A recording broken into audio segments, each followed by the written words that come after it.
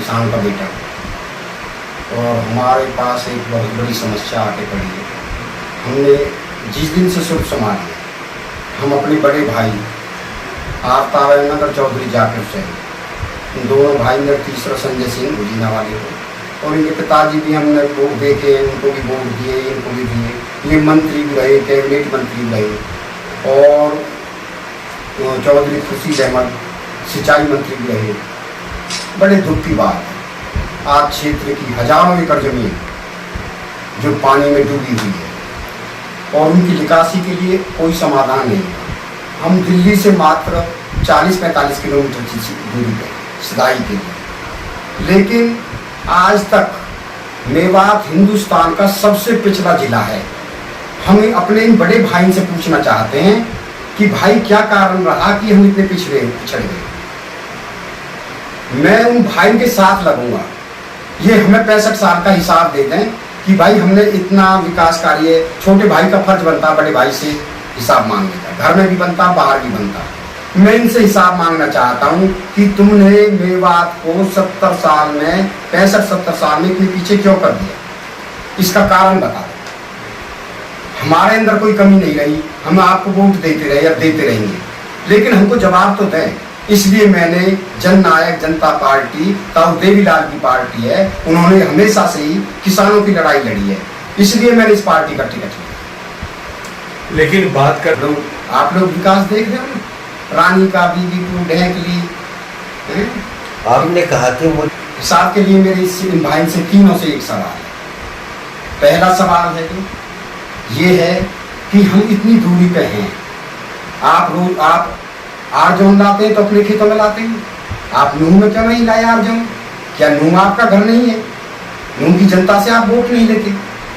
R zone भी आप अपने घर में ले आए। हम नहीं कहते आप आरजोन गलत लाइए, बढ़िया लाइए, लेकिन उसको नूह में लाना चाहिए था, जिससे कि नूह से गुड़गांव तक का विकास हो। आज सोहना के अंदर जमीन के रेट 10 करोड़ और 15 करोड़ हैं 1 एकड़ के, और हमारी मेवात के रेट मात्र 20 लाख और 25 लाख रुपए।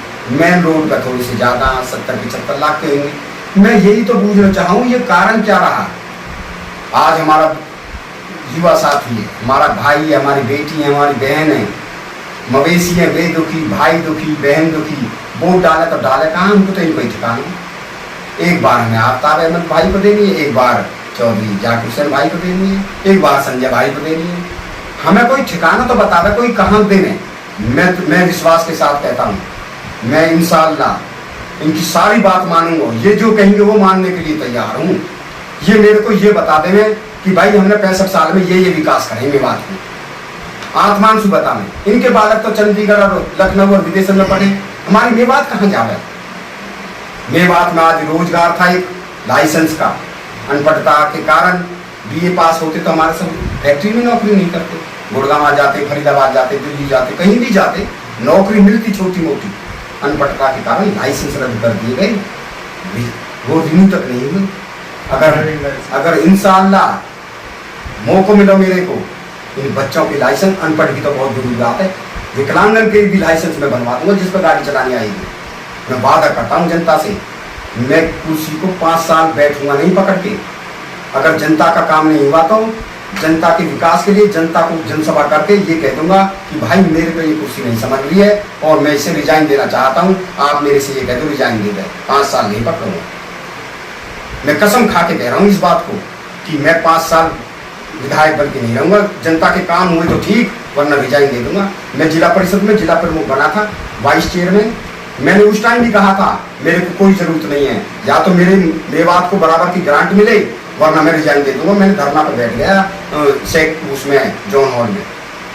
हमारे पास 1 करोड़ की ग्रांट आई थी, गुड़गांव वाले लेते हैं 60 लाख रुपए और हमको मिलती है 40। वो 13 पार्षद, हम 17 पार्षद। क्यों भेदभाव हमसे? मैंने ये कहा था कि बराबर की ग्रांट चाहिए। वो लोग क्या बोले, तुम तो बिकते हैं बिक्कू हैं, रेत बिकते हैं बिक्कू हैं, हम भी आपको खरीदना जानते हैं, हमने भी ये काम किया। और इसलिए मैं कहता हूँ आप लोगों से, हमारी मेवात आज नहीं जागी, नहीं बहुत पीछे चली जाएगी।